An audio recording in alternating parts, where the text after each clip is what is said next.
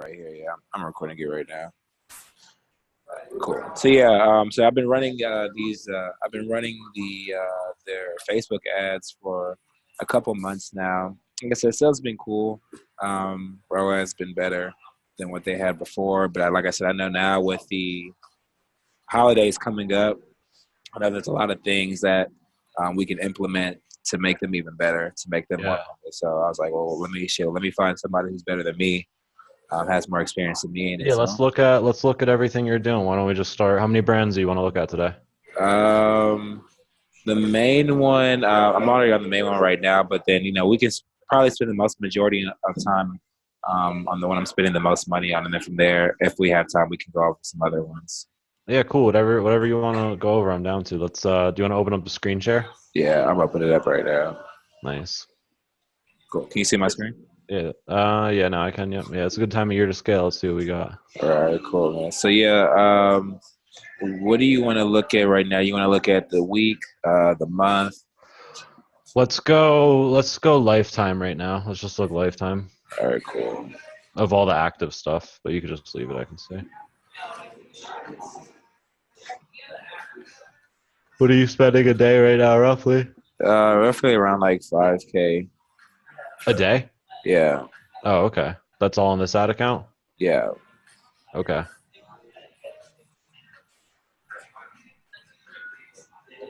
So yeah, here is. Gee, this is the one thing I do hate about Zoom. All these like, I know Have you I been don't with think it. them? Have you been with them since the start? No, I started with them maybe like around like maybe like around like September, August, September, like around Okay, so what's everything that's running right now? Just is that just 4 campaigns? there. About these are five. So top of funnel, bottom of the funnel. So yeah, about five campaigns, video views, DPA, cold targeting, and then from there, the bottom of the funnel, we're running um, mostly retargeting, things like that. Okay. Open up the ad sets. Yeah, I also just want to see the stats for Okay. the what you have it broken out top of funnel, bottom of funnel. What does that mean for you? Or show me what you mean. Uh, so yeah, so with the top of the funnel, it's more so just like targeting cold audiences, like audiences, and then the bottom of the funnel just all. Are you going for purchases on there or is just Yeah, not these are okay, all what it, purchases. The only one that's not a purchase. I want to say the reason why it doesn't have all the conversions because of they had an add to cart in here before. Um, what are they selling that they're willing to spend so much per purchase? this luxury clothing, Okay, what's the site? Let me look it up over here. tailorstitch.com. Okay.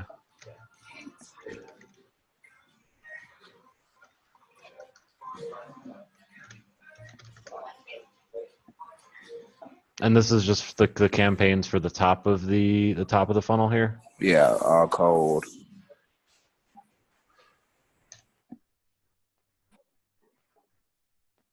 Does everyone have to connect with Facebook when they go to the store for the first time? I'm not too sure. I never went to the store, like the actual like loading screen. Or I have, but no, I didn't need to connect to Facebook when I was on it. Okay.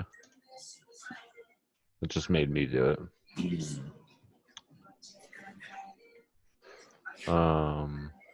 Okay, let me just go through this stuff. Let's see.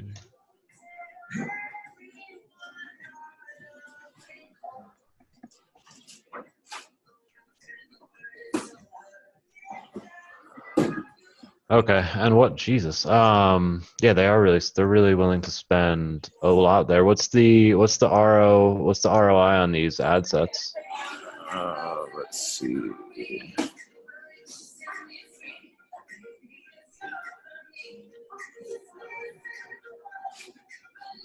Okay. And where's this stuff going to? Like, what ads is it going to? They're all going to product pages. So if we look at this one here, they're all going to multiple product pages. This is probably the least one that I have in there. Let's go to this So yeah, these are all different, either the same or different creatives or different product pages. Okay, so you're just advertising all sorts of different products. Right. Okay, and click on one of those ads. I just want to see the layout. Like when you click on the ad, it goes to just the product page for that specific product, or it goes to like catalog. So here, this would be the ad here.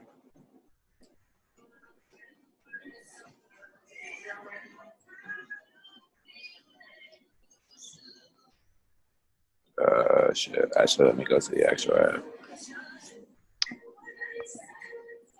And are these? Just give me some insight into these guys. Are they happy with what they're spending versus what they're getting? Yeah, Like, how yeah, do yeah. they? How do they? Do they So give you any insight onto the LTV? Where are they making their money? If they're selling something for 100 and it costs them 100 to get the customer, why does that make them excited? so I mean, yeah, like I know, like since I've been working with them, like yeah, they've been pretty happy with the like with the results of everything. Nice. Because they were looking for I want to say they're just looking really at the ROAS. The ROAS they want a minimum of, I want to say there was like 1.2, 1.4, like around there, for code, and then retargeting kind of like, I mean, in general they said that they want a ROAS about like 1.5 to 2, like around there. And they're like, static with everything else. Okay. What show me some of these ads. Are you using any videos? So for these, no, we're not using any videos. The only videos that I'm using or that I have from them, I'm using it for the video views. So just getting a whole bunch of video views and then retargeting them to the other ad sets. So here's one of the ads right here.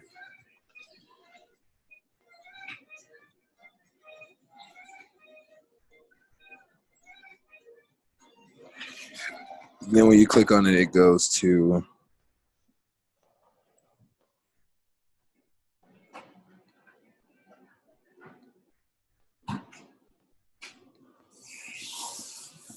Huh.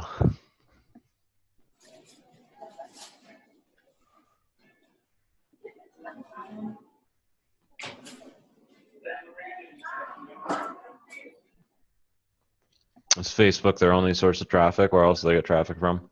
no, I believe they have. I believe they run Google Ads as well too. But I want to say I'm sure that they spend majority of their money through Facebook ads. Okay. So yeah, so this would be one of the shirts, um, and then they would send them to a page with all the catalogs, so catalog page. Right.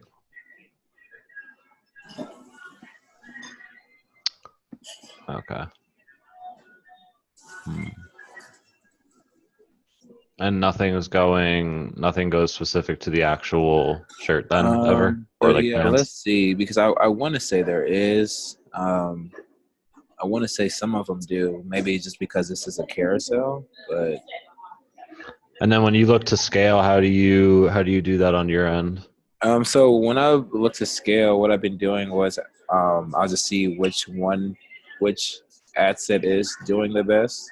Okay. And then from there, I'll either just duplicate it, kind of see what cities are selling the best, um, duplicate it, kind of see what ages are buying the best, and duplicate it, and kind of just spin.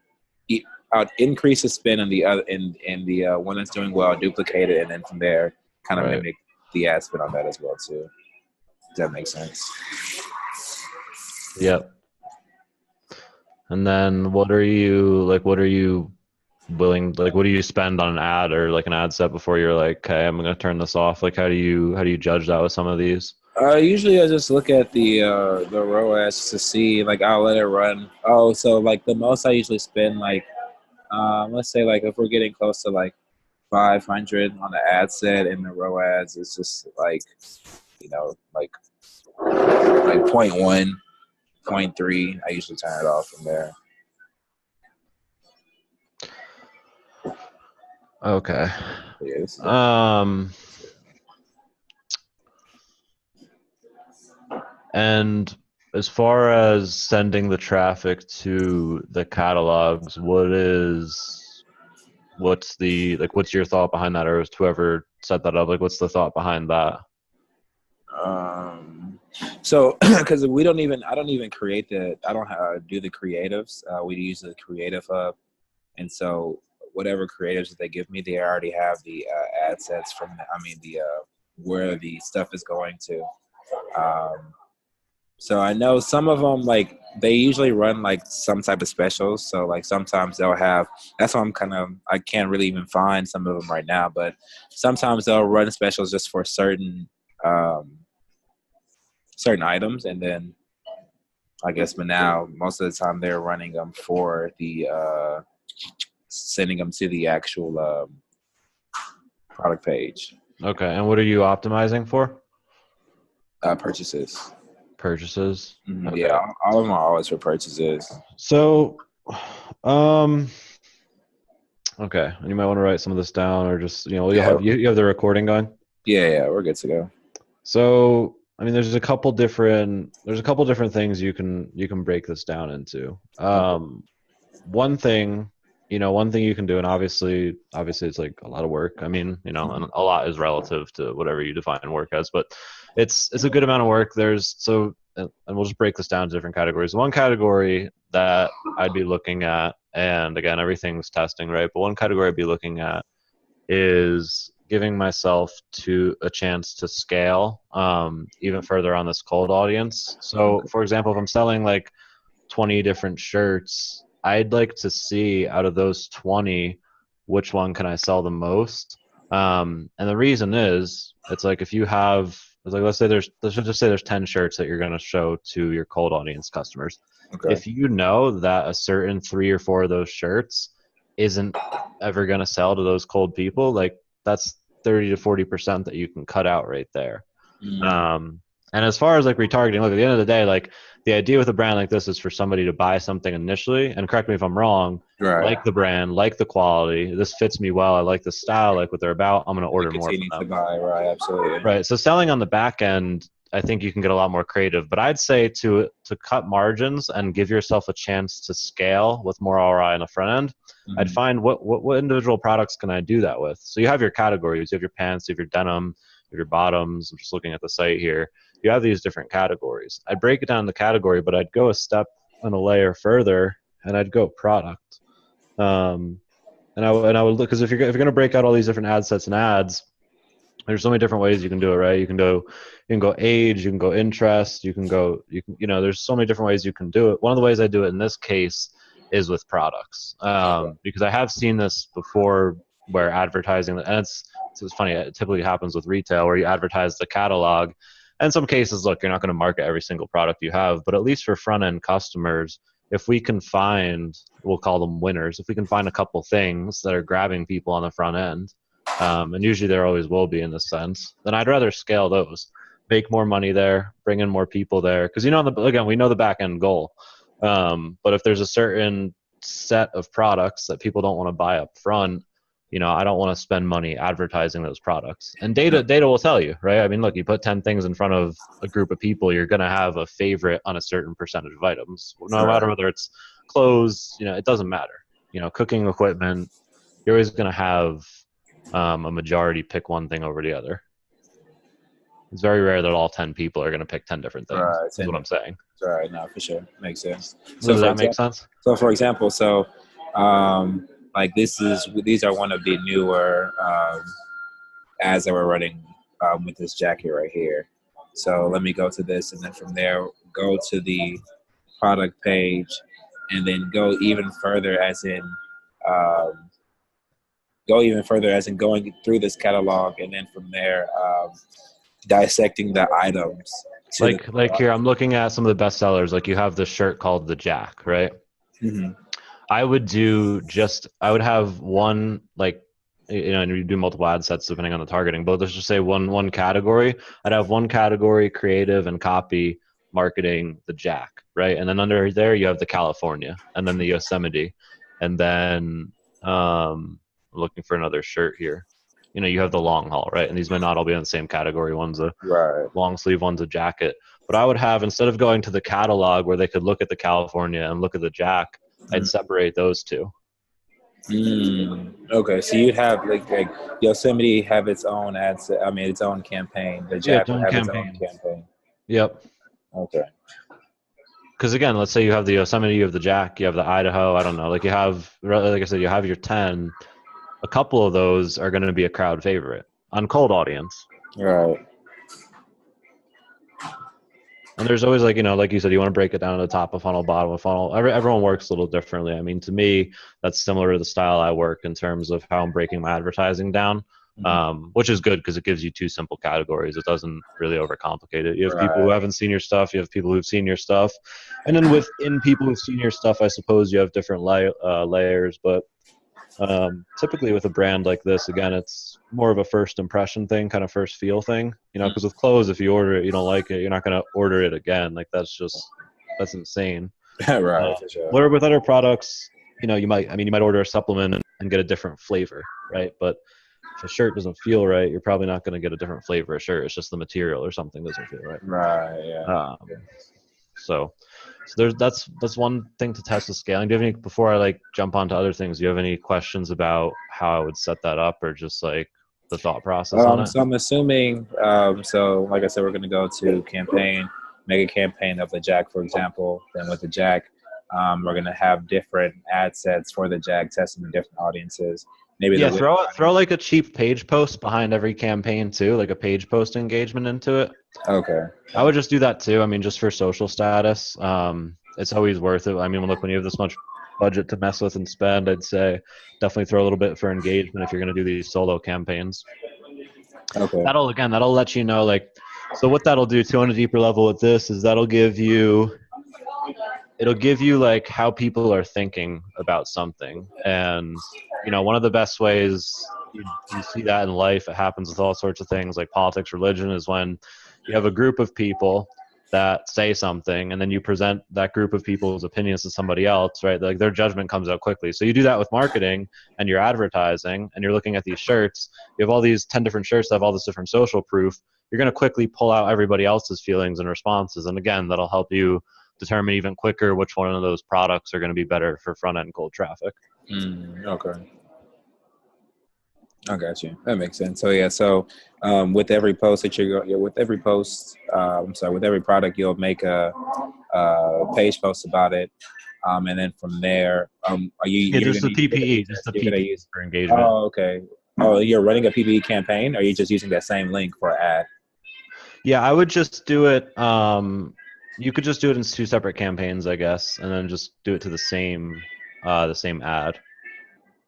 page post ID.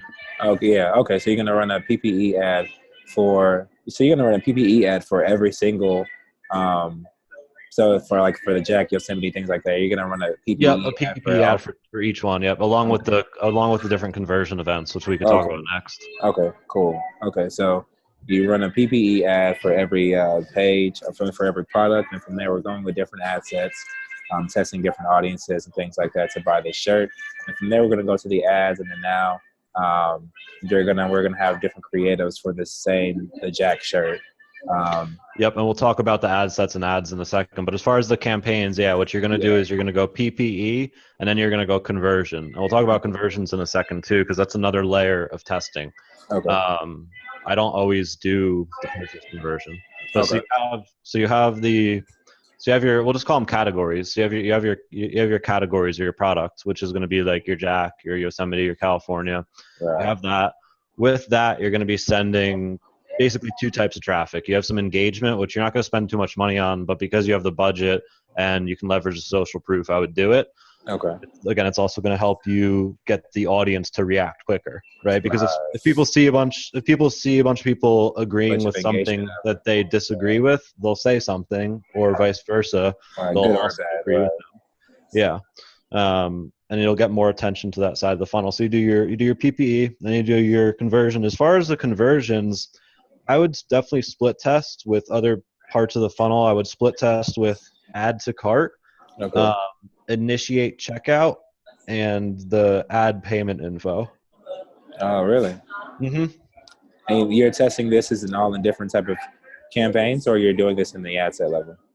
Yeah, you could do it. You could do it in the campaign level. Okay. So, for example, the Jack would have one campaign for Right. purchases. You'd be opening up more campaigns, but you just can use the same. You literally can use just the same ad though. Right. So you're I not making understand. a bunch. You're not making a million different ads. It's actually kind of like it's kind of the inverse. Actually, you'll have like more campaigns technically and less ads. Right. I got you. So yeah, but I got you. So we'll really just be running hella campaigns, and then from there, just using those. They're all getting many campaigns. Like, how are you even like using your budget? Like, for example, if we're having a 5K budget for per day, like how are you even splitting that up? Like, just like testing small, 100, it's 150 type deal. Yeah. So what I would do is I would. So you'll have room to decide what this is. What I would do is I'd start mapping these things out right before I decide what I'm going to spend per ad set or per campaign. Okay. I start mapping these things out. So like I said, if I had like 10 shirts, I'd be like, okay, if I did 10 shirts and I'm testing 3 different conversion objectives and I'm testing 5 different audiences, what can I reasonably spend as a test budget on all those? Like, is it going to be $5 an ad set, $20 an ad set, $30 an ad set? But what I would do is I would kind of determine how many different variables you're going to have in play, Okay. and then go based off that. Okay. I mean, the PPE doesn't, like I said, doesn't have to be crazy. Right. I'm also not a fan too, like, and this is like opinion. This is Right, for sure. actual, but this part, what I'm telling you is just opinion, which is just because I have a big budget doesn't mean I just want to throw it at the wall. Okay. With that said, of course, you don't want to move too slowly, right? Like if someone's like spend this much money, of course you want to do that. But if I can break it down into more categories or more variables, rather, I'd rather do that. But you're already going to have a lot. I mean, look, if you're breaking it down into 10 shirts, right, and you have them testing in 5 different cold audiences, Okay. then you're testing 3 different conversion objectives. Even if that's all under the same ad, I mean, that's still, how many different ad sets between the interest. Just that one product. Yeah, it's like 15 ad sets just between the objectives and the interests. And then, so it's literally, that's 15 right there. So I don't know, 15 times, if you did 15 times, hold on, I'm terrible with math. Let me see my calculator here. Even if you did 15 times 20 an ad set there, that's 300 a day just on that. Oh, just on that one campaign with this one product. Yeah. Okay. So maybe you'd want to even do like, $5 or $10 an ad set. Right. Okay. That's crazy. I never just thought about testing one product that like meticulously, like with every single conversion. With that, but since you're testing since we're testing $10 a day per se, from there, like, wouldn't it take a while to kind of scale up because we're spending so little a day? Yeah, I mean, but collectively, I mean, to me, it's like collectively you're spending a lot. So like, Right. What you can do is you kind of can use like some lead indicators to weed out, like if something you run it for a couple of days, it spends $20-$30, and you can just see the impressions and clicks. You can just see the other factors that aren't going to lead out to be good. You could just kill that one and scale up the other one. So obviously you're willing to pay more per purchase in this case. Like if you're trying to acquire something for $5 or $10, you're just going to shut it off if you don't get a sale. In a case like this, what you can do is let it run for a couple of days and then check your lead metrics. And if your lead metrics are off, just kill those and scale the ones that have good lead metrics. Let it run for a few more days at that higher budget and see if any of the lag metrics, which would be, a sale or add to cart or initiate payment, see if any of those flow in. Okay. That makes sense. Okay. Cool. Yeah. So yeah, I think that's what I'll do is I'll just chop off. I'll like kind of like cut the campaigns that we're gonna have going on now, and then from there, get the creative for probably their best selling products now, and then from there just create multiple campaigns for them. So they'd basically all be top of funnel for the Jag, top of funnel for Yosemite, things like that. Yeah, because like what we're talking about now is kind of expanding on cold audiences, Right. which if you can expand on cold and pull a little more ROI and opportunity from cold, I mean, everything grows all together, because then you're always like keeping the customer around for the long haul. Like you always want to be working on that. But if you can tweak and optimize the front end, the back end just gets enhanced automatically. Sure. And I think a lot of people, and I mean, a lot of people spend a lot of money on cold traffic because it's the way that people learn about your brand. Right. And I think it can absolutely be optimized, especially like once you have data, the cold traffic is only so cold with Facebook, in my opinion. I've Yeah, seen with good data, I've we're seen not even cold traffic that looks as good as retargeting. yeah, because with these campaigns, like with this with this cold audience, like we're not even we're just straight just using targeting. We're not using any audiences. We just have open targeting for. You just have open targeting? Yeah, we just have open targeting. Yeah. So ad sets, you're not doing any targeting? Yeah, in the ad sets. Yeah, in the ad sets, we're not for all of the cold audiences. I'm sorry, like for I want to say probably the biggest ones that we're spending. Let's say I want to say for this campaign in total, yeah, I'm not using any audiences. We're just using open targeting. Yeah, open targeting. So this one's open targeting when the gate shopper. Yeah, I can hear you now. We're kind of breaking up in and out. Can you hear me now? Is that a bid cap? Yeah, bid cap. Yeah. Okay, so you have that set up manually? Yeah. Okay. So you only have you literally between just these couple campaigns and spending this much a day, it's just a few ad sets with just a bunch of open targeting. Is that correct? So the most money that we're spending on kind of the brands are like kind of similar to Bay Brooks, things like that. So we tested those audiences, but the open targeting just beat it every time. To overcomplicate it with the outperformed for you, then I'm not. I mean, I'm using a lot of lookalikes for the cold audiences as well too. I mean, you could talk. It is really interesting. I have honestly seen. It's funny because it's funny the conversations change like depending on the daily budget that someone's working with. But I have seen with these, with the 7-figure spend ad accounts essentially where the open targeting is outperforming even on like Google, man. Honestly. Really? Yeah. It's so interesting. Maybe because it's just so much data on the pixel. They're just spending so much. I mean, it's like how much, you know what I mean?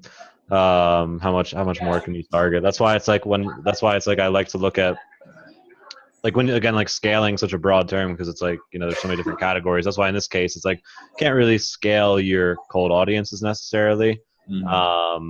But we can scale the way we go at them and the way we extract profit from them. That's why I say test with that. Do you do any consulting on like their actual funnel or anything or no? No, I haven't. I usually just give them like things to test, things to look at. Like I said, like they weren't running any video campaigns before. Let me see the video you're running. So yeah, we weren't running any video before. They were kind of like just meshing together, just all like the top of the funnel, things like that. So now we got them to separate the two.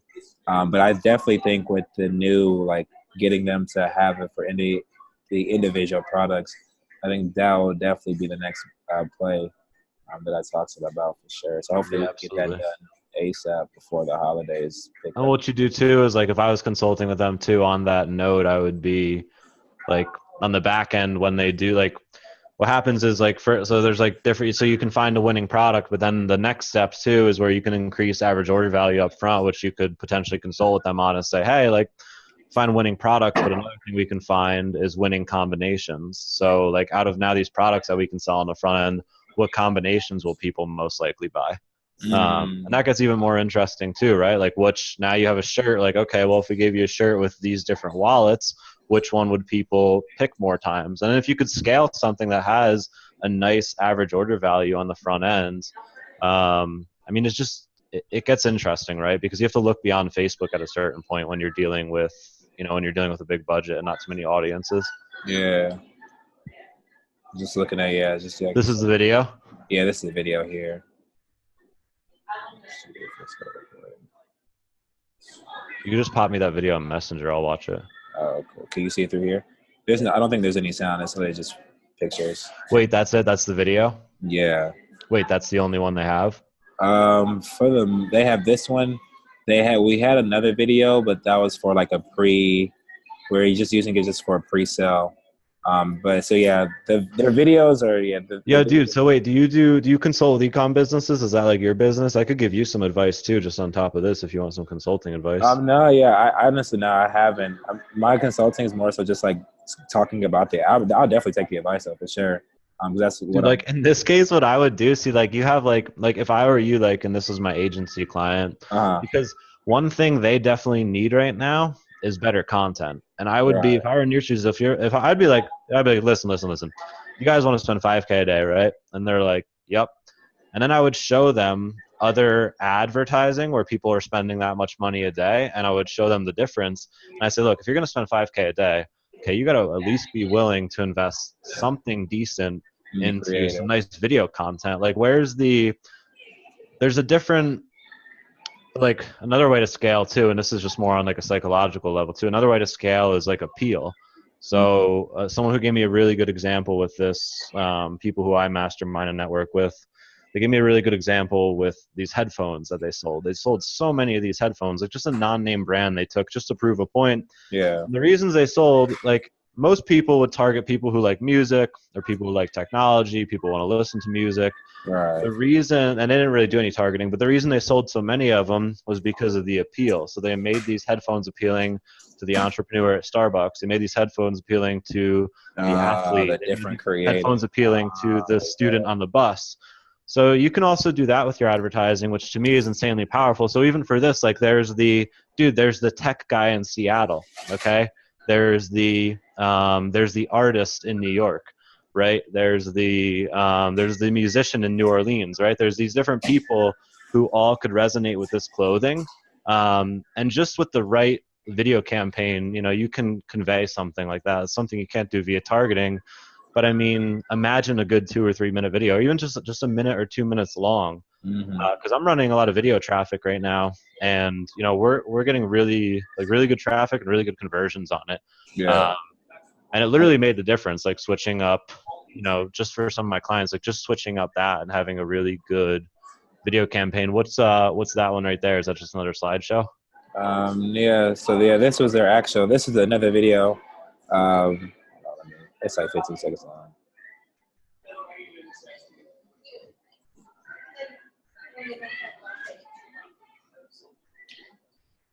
So yeah, this was their for their moto jacket campaign. We were doing that for a pre-sale for January, but it ended, so we cut the ads. But I think it's like $1,000+ jacket. So I mean, that campaign did the best for video wise. But as you can see, like, you kind of like exactly what you're saying. Like, it just talks about more of the brand like that, compared to these videos where it's just kind of just broad pictures. Dude, I picture like a really, like, I'm trying to think of the company that's done it before. I'm picturing like a really sleek video, like a businessman getting out of like the Mercedes. And like I said, like the guy with like the acoustic guitar at like and then, like, you know what I mean? Like positioning the lifestyle around the type of people that would actually wear this stuff. Right. And like conveying that via a good campaign. I just feel like too, in like marketing, like to people, we only feel as involved as like the brand makes us, kind of. And I think with video, you can just do that so much better. All right, convey what you're trying to talk about. So, yeah, and like this is the kind of brand too, where like I would say this is like, it's like in that like medium level in terms of fashion. Like this might not be your like top fashion guy, but this is the guy, like, he went on a couple dates, like, maybe he got like turned down. He's like, man, I need to start dressing nicer. Like I gotta upgrade my wardrobe, right? And then so like they kind of got to envision themselves with that. So maybe that's an angle you take too, like that literally could be I mean, that's and that opens up to a whole market, right? Like that's a whole other market you can attack. You could literally make a campaign around literally like a guy getting denied or something, for having some like lame wardrobe. Then boom, picks up tailor stitch. He's looking fresh, and then he goes on like a sick date or whatever. But I mean, the amount of exposure I think you can create by spinning advertising in senses like that is just like, that's the next level stuff. I mean, that's what you see these really big brands do with their advertising. Because they're just advertising to the whole world. So they're catering their product or their service to different groups of people. That's why even like, I mean, take it even like bigger, like, McDonald's will do something with like the World Cup or Coca-Cola, things like that. Right. To cater to that different group of people, right? Coca-Cola is now cool for soccer players because they did the World Cup. Like, it's soda. So soda with like athletes doesn't even make sense Right. the slightest bit, but now it's cool all of a sudden because they did something with soccer. Mm-hmm. Just because the brand is aware. And Yep, and now they just appealed. Yeah, they appealed. Well, you just appeal to a different crowd of people. Mm-hmm. This is like things I'd consult on with the owners or whoever you consult with in this brand. Yeah, no, for sure. And I'd be using comparisons like that. Like, the biggest thing what I've learned with consulting is everyone's like, well, show me an example, or what do you mean? What do you mean? Like, leverage other bigger brands like that. And that's a perfect example that I just gave you right there. Right. And convey to them, just be like, look, this is research. This is what other companies are doing. Especially when you have a high quality product. Yeah. And then, dude, check it out. It gets even deeper with advertising. It's like, we found in the last 90 days, we marketed to the businessman, we marketed to the artist, we marketed to the musician, we marketed to the engineer, right? Let's say those are 4 categories. We found that the businessman is outperforming by 15%. So where are you going to spend more of your money the next 90 days? Right, where you're going to position another video campaign around, right? Your business category. And then, boom, what 3 shirts are performing the most in business category? What 2 wallets are selling the most with those shirts on the front end? And now we'll be able to tell from the analytics because of what we know so much deeper in it before. No, easily, yeah, definitely makes sense, man. Yeah, mass appeal is one of the most overlooked scaling methods. That's what I'll call it. I don't really have a name for it, but we'll just call it mass appeal, where you're making your product relevant to more people, doing the thing that we came here to do in the first place, which is marketing, which is getting creative. We didn't come here to push numbers together on Facebook. I mean, we did, but that's actually pretty easy when you think about it. Like, where people pay the most money is for the marketing skill. Right. Which is a way for them to sell more of their product. The Facebook ads is definitely a way, but you can expand upon it by the thing that you give to it, which is like the content and the creative. Okay. Yeah, and then, dude, you show them that video works well, and then like there's YouTube, which is a whole other place I'd be advertising on. Yeah, for sure. Do you know how to do YouTube too? So I've been messing with it a bit. Not enough where I'd teach it yet, but just messing with it. We're getting sales and stuff. We're doing good, but I like to really do things for a good amount of time before I give advice on it. Start like consulting and stuff on it for sure. Yeah. That makes sense for sure. But dude, the performance of video on Facebook is what opened up the conversation to me, which is a point I'm trying to convey too. Like, if I didn't see the power in video there, I would have never been like, oh yeah, YouTube could be a good place. Yeah, everyone knows video is powerful, but like, it's just one of those blanket statements. It's like, okay, video is powerful, but how? And I'm telling you, like, it's powerful a lot of ways, but one of the true and tried ways that you can make it powerful is by relevancy to a certain person. That's like something that the worst, like, you could be terrible at video or video layout, and if you can do that, you can be pretty good with it. Just convey what you're trying to say, convey who you're trying to target in message, and then obviously that's the best part about Facebook. We can target that person with whoever we're trying to. Exactly, you can get it in front of the musician. Because like, think about how much targeted that gets. It's not just like, right now you're basically going after people who like these clothes or like the way they feel in them, but that's only just 1 or 2 emotions or 1 or 2 factors. I mean, imagine the revenue they're doing now. Imagine adding in 3 to 5 more groups of people who buy it because it makes sense to them. Yeah. Football coaches about. Yeah, let's just stay freezing, bro. It's crazy. Other people. So instead of showing a football coach a trainer video, we show them a football video, and boom, all of a sudden, like $3 purchases flying in from football coaches. When we showed them the same ads before of just the product, it didn't work. But because we catered it to who that person was, they grasped onto it. It caught their attention. In the 100,000 advertisements we see a day, it got their attention. Okay.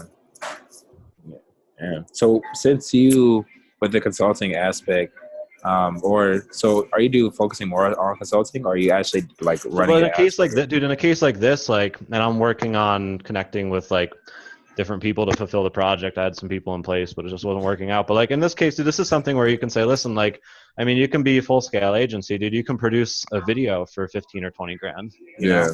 know? I mean, this is where it can get to that next level where it's like not just Facebook ads, you become this high level consultant. Right. Like you could turn around and say everything I said to you to them. I mean, just for free if you wanted to. One, it's true. Two, it's valuable. And three, it lets them know that you know you're talking about. Because a lot of these brand owners, man, they're kind of in the dust when it comes to this stuff. Yeah. And they're like, and the people who are willing to spend the most money, in my opinion, they get burned quicker because again, you can always be strategic, you know, because like I look at people who started with just $20-$30 a day in budget and they're about to break the 7-figure barrier. So it's possible to start with nothing. So in my head, it's like, if you can be strategic about it from any level, why not Right. be strategic about it kind of at like every level? Yeah, for sure. Especially when you're spending that much more money. Yeah, exactly, dude, because margin's everything. Yeah. Dude, 3% on 100,000, not that much money. 3% on 10 million, kind of a Yeah. lot of money. Right. Right. It's a whole nother ball game. Mm-hmm. Amazing. Yeah. So y'all definitely talk to them more about the creative aspect. I think that's the biggest thing that's lacking on is the creative aspect. Running more ads. Running Dude, more because ads. you have a good thing in your hand here. Like you can literally, I don't know what your plans for the future are, but if you do this right, you consult with them on that next level. You can turn this and like you can turn this into $1 million agency. Yeah.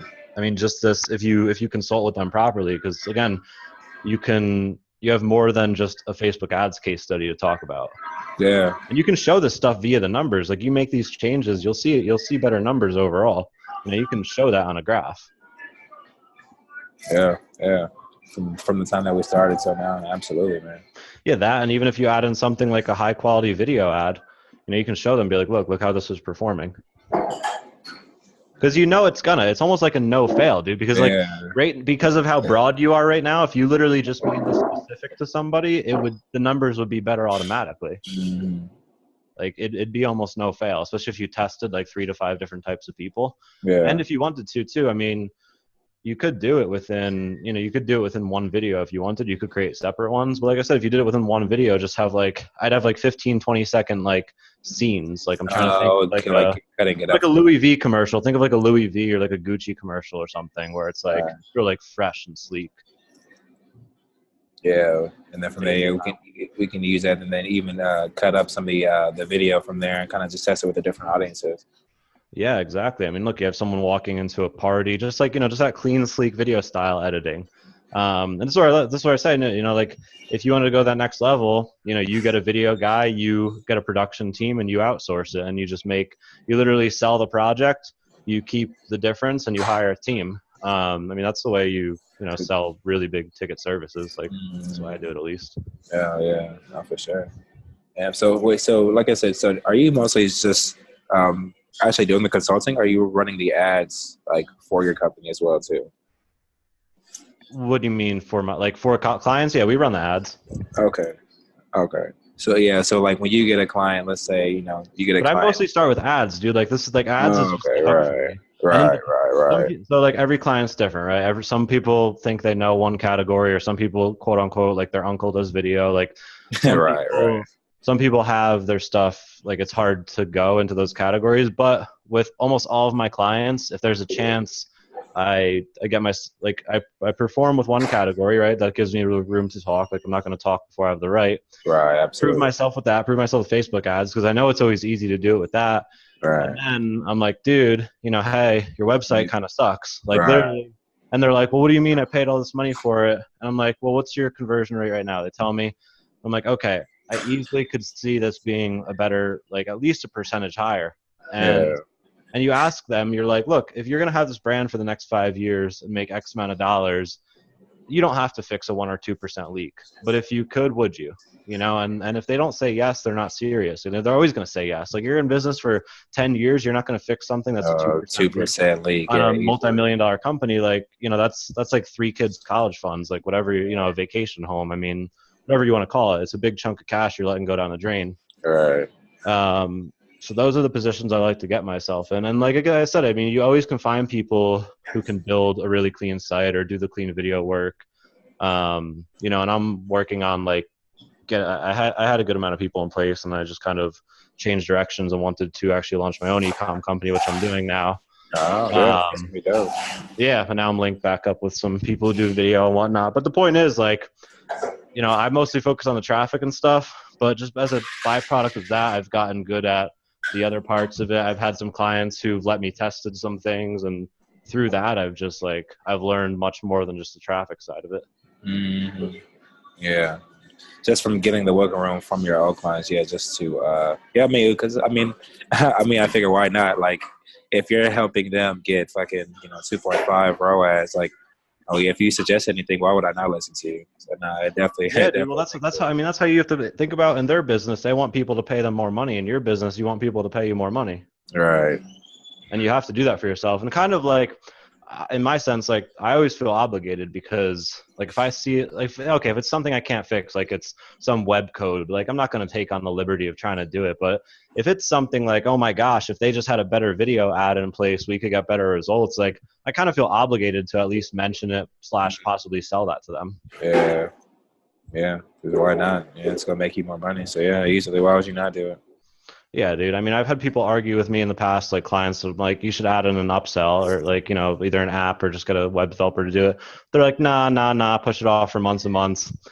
And I'm like, you really should do it. And then they finally do it and they start to like, they're like, man, now for every $1,000 people spend, it's really 1,200. I'm like, yeah, I told you should do that. Right. I've been. And so like, and like, just like things like that happen, I didn't get paid to make that recommendation, but you make a recommendation like that, they take it, and then you just start winning them over more and more. And then like, before you know it, they're asking you everything. Like they're like, which accountant should I use? Cause they just like, you prove that you're not just the ads guy. But like the coolest part, bro, is what we do. Like we hold the key. That's why like, if you did want to build an agency around it, it's easy because you hold the key. Like running the traffic, getting people who don't know the brand to like it and spend money with it.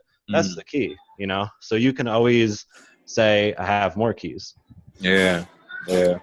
Once, as soon as you get that first key unlocked. Mm-hmm. Yeah, what you're doing here too. But even so, if they don't pay you or whether they do or not, I would definitely recommend. And if you want to do some research, just say, hey, here's a proposal I put together for you guys. I really think you should implement, a higher quality piece of content. When I look at what you guys are spending on a daily basis, weekly basis, monthly basis, it almost seems silly not to have something that's a percentage of your literally a percentage of their monthly ad spend. Like what they're spending in 1 or 2 days, they could spend and have a video that could go viral. Right. That can be a game changer for them. Okay. So with let's say like for your stores, are you going to have mostly videos for all your products? Or are you going to be using, still images? So I'm launching in the hair care space. I'm going to be using like 99% video. Oh, really? For all individual products? Yeah, dude, the video is the way to go. I mean, I'll have like pictures of the product on the site, but it's going to be like, they're like mostly going to be like supplements. So it's going to be, and my girlfriend's a hairstylist. So she has a salon, like, well, she's her own boss out of space. She just rents like a space. Okay. Right. So I have like 20, 30 stylists who we can always use to make content. One of her clients is a videographer, and so she loves us, so she'll do our content for free basically in terms of video and photo. But yeah, I want to use video. I mean, because I've literally seen some brands go from 0 to hero with it. If you actually look at, I mean, I'm sure you've heard of Squatty Potty, right? Right. Or the purple mattress. Mm-hmm. Or the what was the other one? I forget the other one, but all those people. Like that other one, like the I know with that funny ass video, with the the Squatty Potty costs like $50 to $60K to make that video ad. But dude, would you not spend $50,000 on that video if you could have that company? Like I would. I'd spend $500,000 on it. I mean, they have made millions and millions and millions of dollars just from that one video, easily. It's not one video. You could, dude. I literally would take that as an example. I mean, dude, what your clients are spending in 10 days, I'd explain to them that they could have a video of that quality made. Yeah. So. Going back to them, really just look at getting more different creatives, more different videos, just for more of their products right now. This is what I would tell them. I would focus. This is exactly what I would position it. I would say a high quality video that tells a story. that lets Okay. people relate to it. So the Squatty Potty lets people relate. Like, and you could actually look at other advertising like that and see like, okay, how does this relate to people? Yeah. Um, or at least obviously with that, it's like how you take a crap every day. Like, and that's like, it's funny. It's a really funny video, but it relates to you, you know, and that's why it works. It doesn't work just because it's funny. It's funny, but it also, you're like, I get what that means, or I get it. You know, you can do that with almost any type of brand. Or with this, it'd be like, you'd see it and you'd be like, yeah, like that's me. Like that fits me. Like that's my style. Like I'm that guy in the video, or I want to be like that guy in the I video. can relate. I can relate to it now. It make you more inclined to buy it. Yeah. Like again, whether it's the guy walking into a bar with a girl, whether it's the musician sitting down ready to play a set, whether it's the business guy out to eat, or you know, whatever the setting is, whatever the type of people you're trying to relate to. And this might be, dude, again, this is so huge. Like this is something you can even bring up with them. Like this is where they want to kind of sit down and say, who is like our ideal customer, or who are our ideal customers? Like Right. brands don't even do this, dude. They're like, well, guys who like clothes and stuff. It's like, okay, but like we got billions of people here. Like we need a little more clarity than that. Right. Like identify who these people are. I mean, dude, this is like, you know, again, these are, and what I explain to the people like this, it's all about leaks, right? Like you can figure out this, if this is a 2 to 3 to 4 to 5% leak of identifying who these people are and catering the marketing around to them. Again, over 5 to 10 years, you're going to fix 5 to 10%, or you're going to fix 5%. Of course you are. Like, of course you're going to fix it. And this is the kind of stuff you do to fix it. It's not necessarily finding new audiences on Facebook or you know, or even building a different funnel in this sense, just because the amount of traffic you're sending. It's more so about having people relate to this brand. Right. Having more accuracy in the people who engage with it. Yeah. Yeah, appreciate the knowledge, bro. Definitely appreciate it, man, for sure. Yeah, dude, I'm telling you, use this with your clients. Like I wouldn't, like I see how much money you guys are spending. I'm not going to give you some like advice that I think. Like if I'm just treating this as if I'm treating you as if this is your company. Like this is exactly what you would do. This is exactly what I would tell you. Yeah, because it makes sense. Like, yeah, especially if we can. I mean, like you said, if we can cut the cost that we're spending for that, because if that is an objection that they're saying that we can't afford it, and we could just cut back some of the spending for that. I mean, I don't see like what rebuttal they have for that. Yeah, dude, if they could put 10 or 15K into the right video, or even a little more, like totally implore them to do that. Yeah, just, again, like showcase other brands doing it, and you literally can go on YouTube, and in an hour you could have a portfolio of examples. You know, just a mass portfolio of brands that are doing this. Yeah. Okay. For sure, man. I mean, they see the numbers too being spent, you know, and just when you explain to them, just explain it in the way that I just did to you. So yeah, no, easily. Like, yeah, like explaining it like that, like there's no reason why they would not be able to see it for sure. So yeah, so I guess kind of wrapping it up from here, just with these campaigns. So since I'm already, you know, we've already spent X amount of dollars in all these campaigns and stuff already, would you just cut the budget and then start creating it for the new different products? Would you just turn it off completely and just start from scratch of just, you know, of all different products? You know, kind of what's like the take that I should do for the new strategy of, you know, making it for every single product and things like that? I was just actually finding you a video. Hold on, just rephrase that real quick. No worries, bro. So, you know, with the campaigns that we talked about earlier, with the top of funnel, with the audiences, things like that. Since we're spending so much on these ad sets, I'm saying, would you cut, like, you know, let's say like we slash the ad set budget in half, and then now we're spending it more on the products individually, or would you just like cut them all off completely and just start, you know, put that whole budget in, put the whole budget for all the products and things like that? I mean, if you have something that's working, like just allocate. If you have something that's performing, at least let's say performing, like I'm not saying kill that. Definitely still allocate a portion to that. Okay. And I would also allocate an equal portion to testing what we also described. Okay. I got you. So you just need to find a couple of winning things to scale up, because imagine instead of running 10 ads that are all getting an average of like, you know, 1.0 or 1.02 or 1.2 like ROI, like imagine running like 3 ads that are all getting like 2.5. Right. And just scaling those, right? And even if they die out quicker, you're going to pull more profit from that. You're going to pull more customers from that. And that's going to be, you do that consistently as opposed to the other strategy. That's more money right there alone. Yeah. Okay, I got you. So I think that's what I'll definitely do. Then I'll just kind of allocate the budget. Probably cut back some of the assets that are working. Some of the assets that are work. Cut the ones that aren't working, and then scale back the ones that are working, but kind of just scale them back some. And then now I can use that budget for the new campaigns, for testing, for different type of conversions and things like that. So you're running PPE, and then from there, after the PPE, now we're testing just basically different conversion pixels. So purchase, add to cart, um, initiate checkout, things like that. Yep. Yeah, I would be testing those different conversion objectives. Cool, man. I sent you an ad, but it's not like the best ad example. But in terms of like, because it's weird as shit because it's Gucci, but like, they just always have weird. But like the point is like the style quality, and I think I might have just found a better one that's a little better. Yeah, I'll definitely use this as an example then for sure. Here we go. Maybe not that one here. I found a better. That one's like freaking weird as shit. But look at this one. I just like, this is perfect. This one tells a story. Yeah.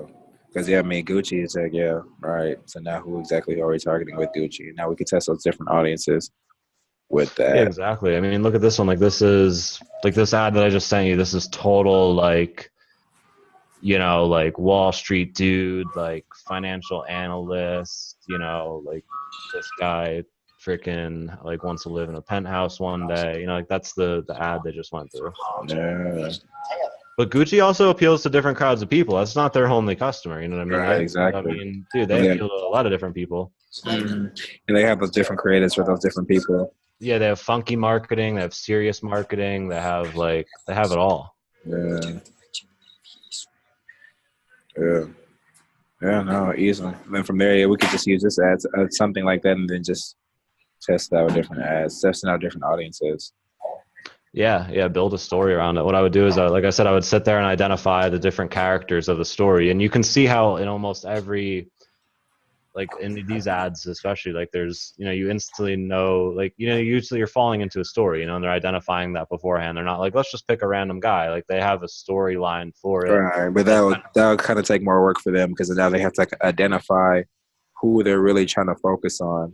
Yeah, but like I said, you could just make it like, it's literally very simple, like what kind of people, like you could literally look at the type of people that, buy their stuff, and just see, what do they do? I mean, they probably all fit some sort of certain demographic. I'm sure it's not like, like high schoolers or something, and that was a more radical of an example. But the point is, there's probably like a working class dude, probably like not in college because it's like kind of expensive clothes, probably like has a job or an internship or just getting on with their life, like, maybe like young married type dude.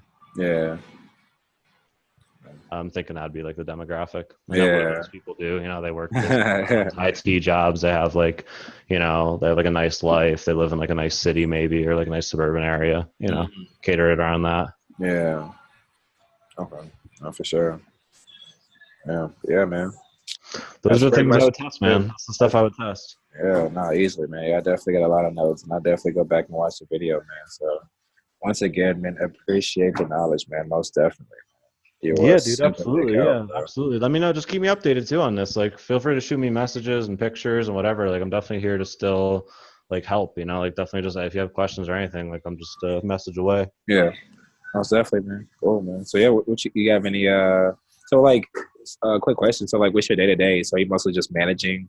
Are you just looking over ads? Are you managing a team? Like, what's like a like? Yeah, I mean, I just love ads, so I'm like always looking at right every day. That right now, I've been recording a lot of content for a program that we launched. It's called clientcore.com. Recording a lot of content for that. Yeah, I'm either on sales calls, looking at ads, setting stuff up, writing copy, creating content. Thinking. I just like sit there and like think. All right, just think about what you could do. Thinking as an entrepreneur is so important. Yeah, man, that's what I've been doing recently. I mean, now that I'm launching kind of my own e-com company, and this time like this is gonna be like for real, like product in house, going full scale, wow. like Full scale. Okay, yeah. yeah, we're going full scale to the wall. So it's gonna be pretty intense. So I'll be like probably like sending products at first, and I just want like everything I do, like I like to be involved in like the $8 an hour tasks like at Yeah. first. I don't know if that sounds weird, but like No, that makes I sense. never feel right hiring people or delegating anything. Like I always have to go through the trenches first. So like I'll Right. literally make sure I ship out like those first 100 packages or whatever, Mm. do it myself, because I never want to like like because if you the worst thing is to hire somebody and like not know exactly what it's like to be in How their to business. do it. That way if they're complaining, if they're like if they're overcompensating for it, if they're being truthful, or just whatever, like You unless know you're like exactly what they're doing. You know exactly what it says. Yeah, I was listening yeah to yeah the DoorDash, the dude who made DoorDash. I think they still do deliveries. The owners who do it. I think that's the biggest thing of how they realize how to scale and how to make their product that much better, because they still go out and do the deliveries themselves. So yeah, and that's legit, man. I never want to be too much or too big for that or whatever. Like I think even Gary Vaynerchuk, like he goes out, still does garage selling just to prove a point. Like he's a multi-gazillionaire. He doesn't need to do garage sales. right. But it's like it proves a point, which to me is important. So yeah, my day-to-day is always looking a little different. I mean, now with these things changing, I think this will be taking up a lot of my time. Yeah, right. So yeah, man, I'll keep you updated on it though. I'm really excited. Like we're gonna have a hair gummy, which is gonna be pretty cool. It's gonna be like a little leaf-shaped gummy, and then after we launch that, we're gonna quickly add in like a CBD product line. How many products do y'all have? You're starting off with? So it's just gonna be at first. It's really just gonna be two. It's gonna be like these essential oils, and then just a gummy. Yeah. Okay. And then, like I said, I want to scale into a CBD product line. Oh, sure. That's interesting right now, just with the way like the laws are and stuff. There's a bank in Utah though that actually, so like federal banks don't accept CBD. Like this bank here does, and they do some paperwork, and they have like a couple lawyers and stuff that makes it somehow legal. I mean, it sounds like the most sketchy thing to me. Right, easily. It sounds something like, am I going to go to jail in like 2 years? Like, what do you mean, you guys? They just like, it sounds so sketchy, dude. But so I might check into that. But other than that, we're not going to say CBD on the bottle. We're going to say call it hemp derived, which basically means CBD. But same difference, whatever. Yeah, but that's a huge market, so I definitely want to get into it. Helps you feel better, helps you sleep at night, whatever. Yeah, people will get the point for it. But yeah, man, I'm excited for that. I mean, I think that'll be good because, like I said, I wanted something that had mass appeal, so I can make this for guys, for girls. And then the cool part about like the native branding was for like, so we're gonna have different. So some of the ways we're gonna do it is basically by location, and then we're gonna cater marketing to location, because like depending on where you live, you should have a different hair care routine. So if you live in California, the weather is much different than if you live where I live up here in Utah in the mountains. We have a 10,000 foot elevation scale. We have much more dry air, and so the routine you do for your hair is different for that, right? So we can cater our marketing around that same product. But the value, you still would take a hair supplement, but then what you do outside the supplement would be different. We don't sell those products yet, so we'll just teach that. But that'll be like the marketing. So like, hey, if you're at the beach, you should do that. Like, you live near a beach, treat your hair like this. Make sure you take this supplement, which is ours, but also have this specific custom routine. And then as we validate the concept and the company grows, we'll basically be able to sell each part of the routine. So we'll be able to sell the custom shampoo, sell the custom. So that's how I'm thinking, like launching a brand from start. So if you ever want to launch one, that's how I think about it. Yeah, no, easily. That makes sense, man, for sure. Man, you got your hands busy, man. I see you, man. Never satisfied, man. I love it. Dude, I man, like my thing is like, I look back at where I was like just like a few years ago, and just like, there's always a certain time where you look back, you're like, I don't want to go back to that ever. So it's just, you'd rather risk kind of going crazy, hustling and just getting stuff done than not doing it. Yeah. Not having opportunity sucks, man. Not being able to do stuff sucks. Yeah. I just recently, like full time, been like, working with like running ads and stuff full time, and so it's super dope to talk to people like y'all who just like went through that failure and going through it now. And I'm kind of keep getting more clients, man. That's the whole goal, man. Create a brand for yourself, man. And create a brand and go get more clients. Like you have a lot under your belt, and I would definitely go take that, use it to get more clients. I mean, there's tons of people out there that are looking for your skill sets. Yeah, absolutely. So that's the goal now. So now that, because when I didn't want to. I mean, and that was honestly why like I didn't care about like paying you, because like I wanted to more so just like find like just be that much better than okay, like now I can talk to a brand that's spending 50K a month, but now I have stats like what we just talked about, and ways I can implement it to where I know it works, but now I'm even getting more verification from somebody who's even doing better than me, if that makes sense. Yeah, dude. That's so you keep getting better. I mean, I invest in myself all the time. You have to definitely do that. But yeah, you should always be looking to grow. Always be looking to take on more clients and get more work. That'll just make you better overall. Yeah, exactly, man. So yeah, definitely look forward to implementing all this stuff, man. But yeah, man, that's pretty much all I have for you, bro. So yeah, man, I'm gonna let you go ahead and get through your day, bro. Yeah, man, I appreciate it. Let me know if you ever have any questions too about like actually getting clients and growing your business too. That's a whole other conversation we didn't have. I totally can give you some advice and pointers there. And that's my other half of my business is client core. That's what we do for people. So and helping people get clients. Oh yeah, for sure, man. yeah, helping people scale up and just do that whole thing. So, yeah, man, if you ever have any questions about it, feel free to hit me up. You definitely consider you part of my inner circle. So if you have any questions, let me know. Cool, man. Most definitely, man. All right, Kory, man. Be safe out here, man. Don't work too hard, all right? Yeah, man, I appreciate it for sure. All right, bro. Be safe, man. All right, later.